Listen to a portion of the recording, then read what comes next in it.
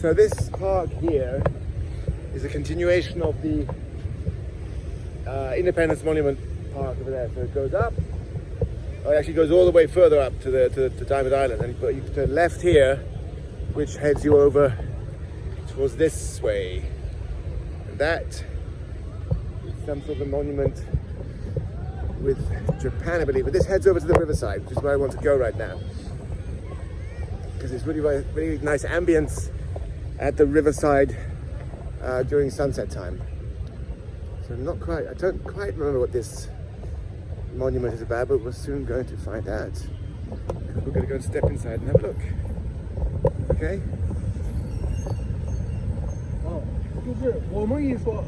That's what we do here. Figure everything out, not just leave it to chances and to, oh, whatever, another monument, we don't care. A lot of people hang out here, a lot of people do sports, kids play games. Not that many people walking tonight, interestingly. Maybe still a bit too early. It's only about 4:30, 4:45. So let's have a look. So it's some sort of war monument. I can tell by the soldiers up there already, as you can see. Right. What do we got here? 1, 2, 3, 4. We gotta walk fast. Okay.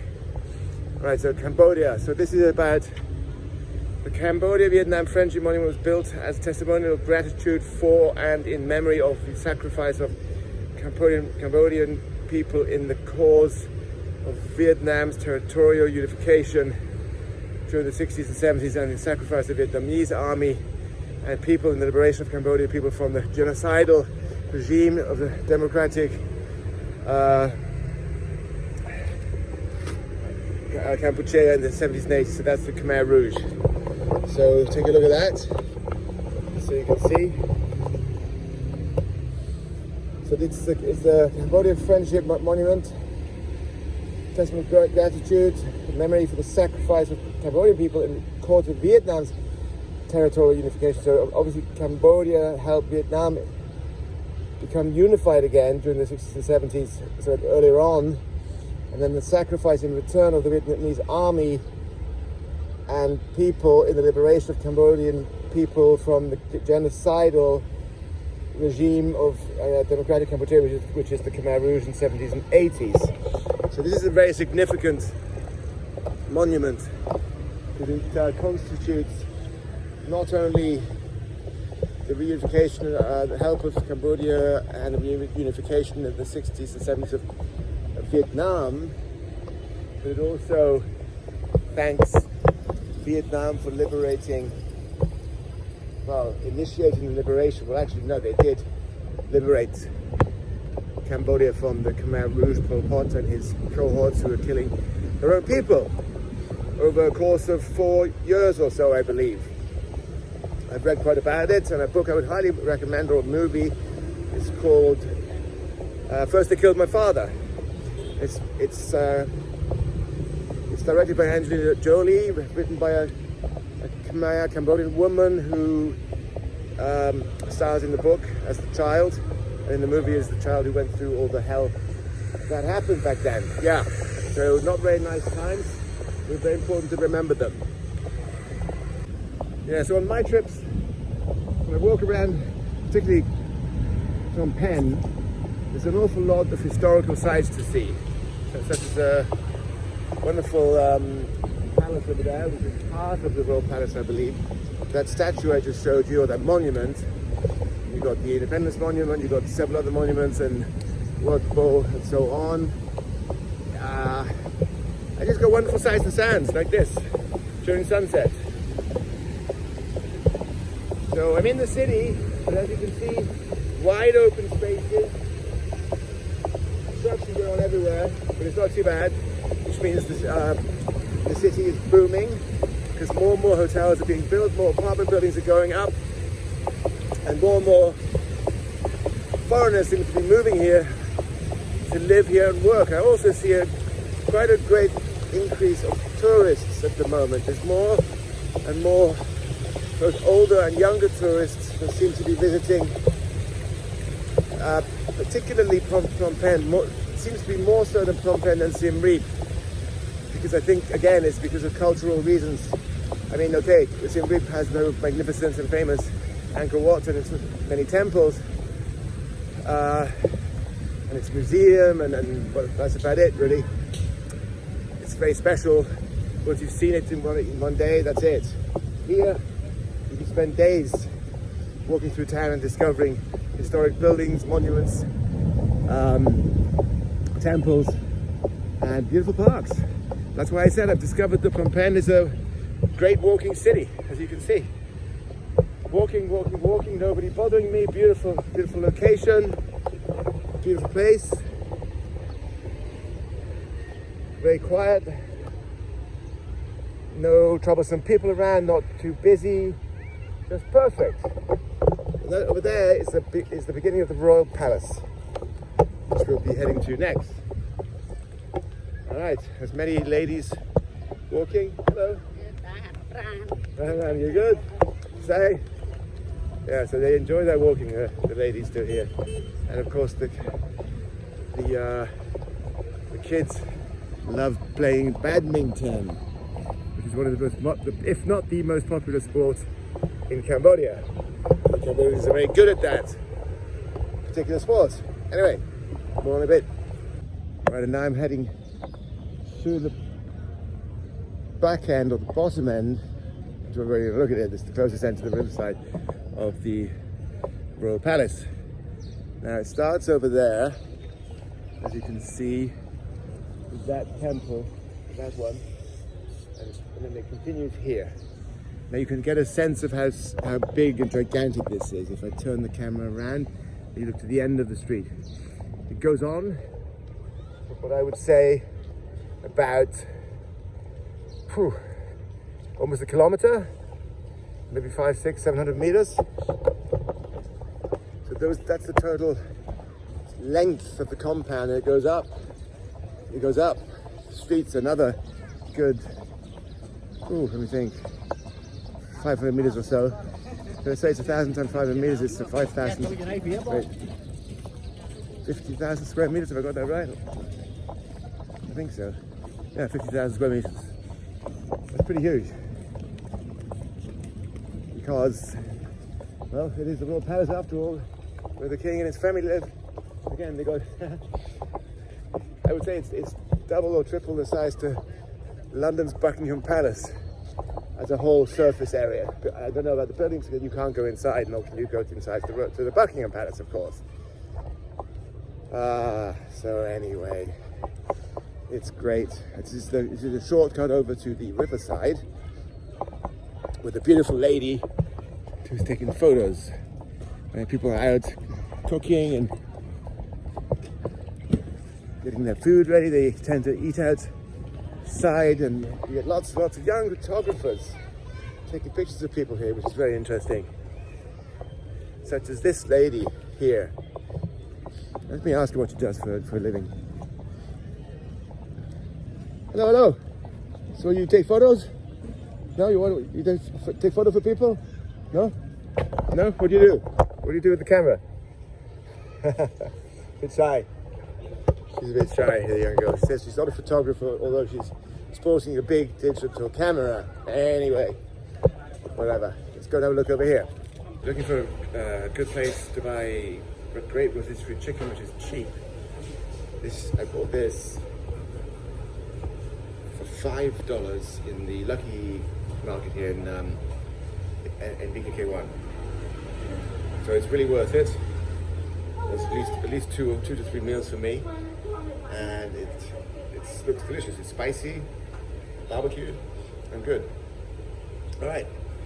Another place to go is CP Fresh Markets. That's south from Phnom Penh. You can get all kinds of meats there and eggs, super cheap and good quality. Okay. Good health advice and food advice from me. Talk to you later. Alrighty, now wow, look at the sunset behind me, blinding our eyes and my face, which is probably not a bad thing. You don't always want to see my face, do you now? Well, I do. Maybe most other people don't. Doesn't really matter.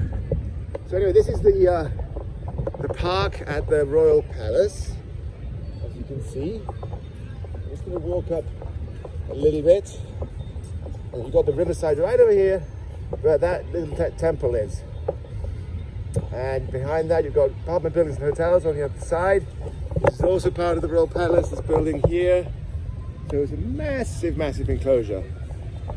Beautifully maintained, beautiful gardens. There's always tons going on. Vendors and people just selling toys and candy and whatever. I mean, pretty much everything. All kinds of foods and so on. You've got monks everywhere. The traffic is always pretty bad on the Riverside Road, I have to say. I used to live on the Riverside, but I went off that pretty quick. That's the main entrance over there, or the main, how should I say, gateway to the Royal Palace, even though again you cannot go in. That's the main attraction that you see, particularly at night, because it's all lit up in orange and gold. Wonderful. Very, very beautiful indeed.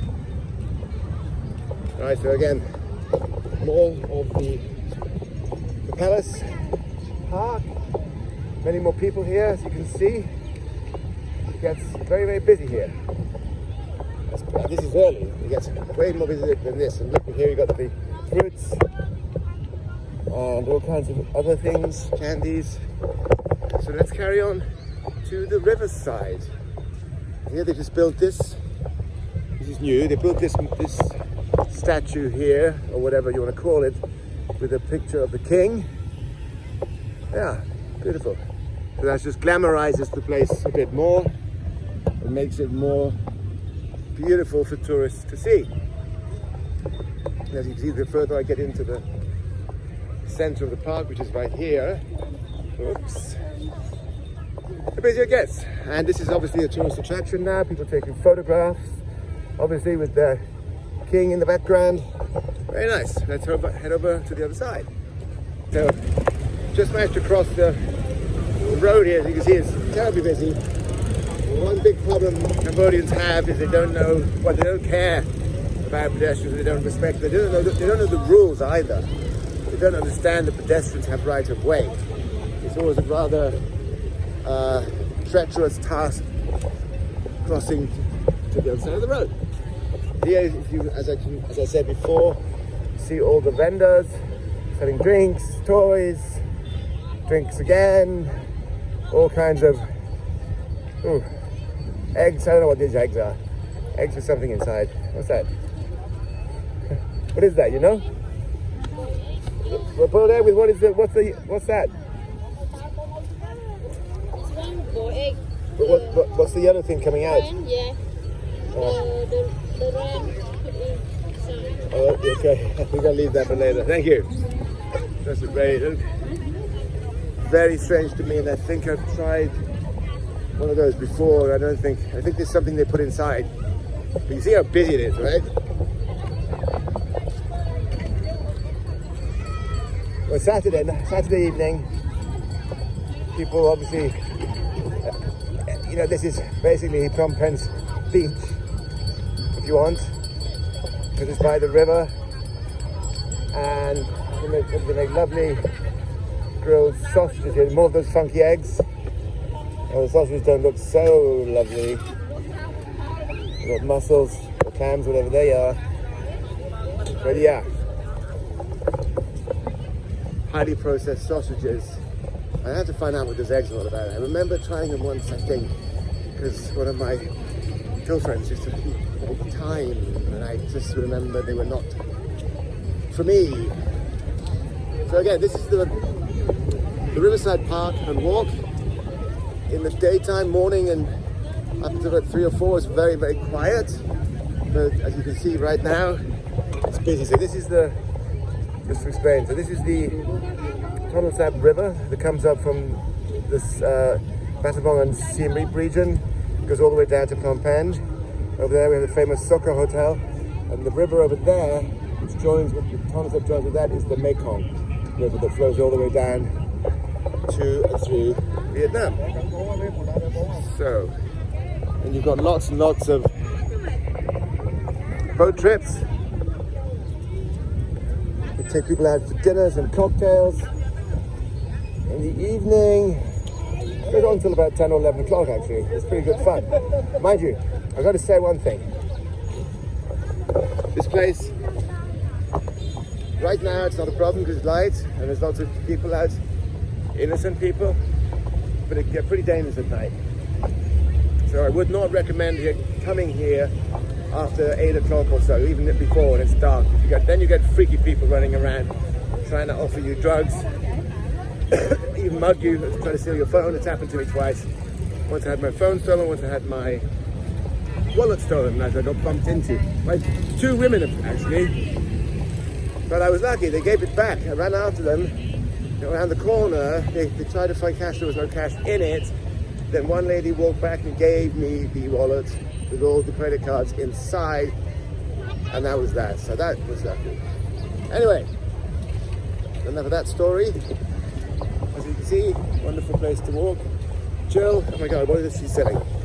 Selling cockroaches and stuff, and worms. Oh my goodness me.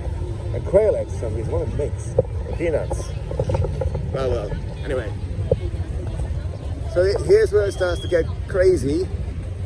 Like this is the beginning of the bar area, and unfortunately I used to live over there on that street, which in an apartment which was owned by very unfriendly people actually, who just, well, they were annoying. They're constantly under scrutiny, telling me what to do and what not to do. So I left. Anyway, time for a little sit down. Resso again behind me, that's the famous Cambodian Soka hotel. It's big and it's expensive, but nice. So as you see, beautiful views, beautiful atmosphere, lots of good fun. So that's a little walkabout. That's what makes Cambodia, I mean, Phnom Penh a great walking city after all, because this is just one of the walks that I've done today. I did another one earlier, just around the Independence Monument, and tomorrow I'll walk over to the Diamond Island, which is a huge island connected with 2 bridges, and I'll show you that part of town. It's beautiful there because it's very clean and pristine. It's very new. It's built by one wealthy guy, a Cambodian guy, the whole thing. But it's got lots of westernized businesses there too, and how shall I say, business parks with technology companies and so on. But it's also got a lot of Chinese restaurants and Chinese buildings. So not bad. Great. Anyway, I will catch you later. Rob here in Cambodia. Don't forget to visit robshealthcrunch.com, my blog and my YouTube channel at Rob's Health Crunch, and also subscribe please, and forward everything you can to your friends and family. It helps me an awful lot. I do a ton of work for both Cambodia to get a bit more popular, bring in more tourists, people to work and live here, but above all I focus on trying to make as many people in the world healthy again by explaining what healthy and real good food is, how to exercise properly, by saving time and being effective and efficient, and to look after your body and treat yourself well.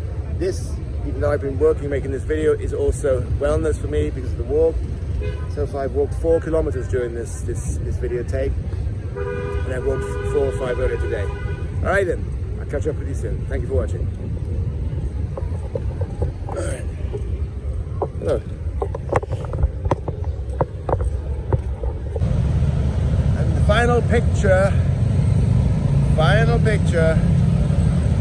is of the Independence Monument lit up at night, and the Christmas trees coming up. Well, not Christmas trees, Christmas lights, I think.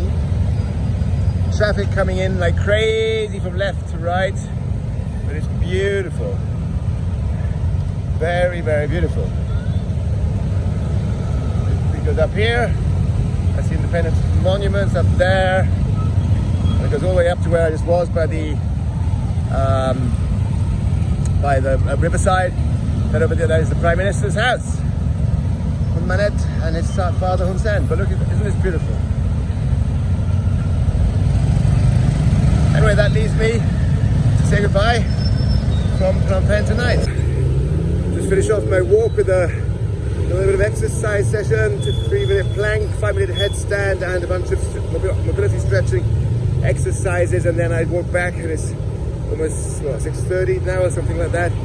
And I walked by the Independence Monument and I just noticed, wow, look at it at night. It's just freaking beautiful.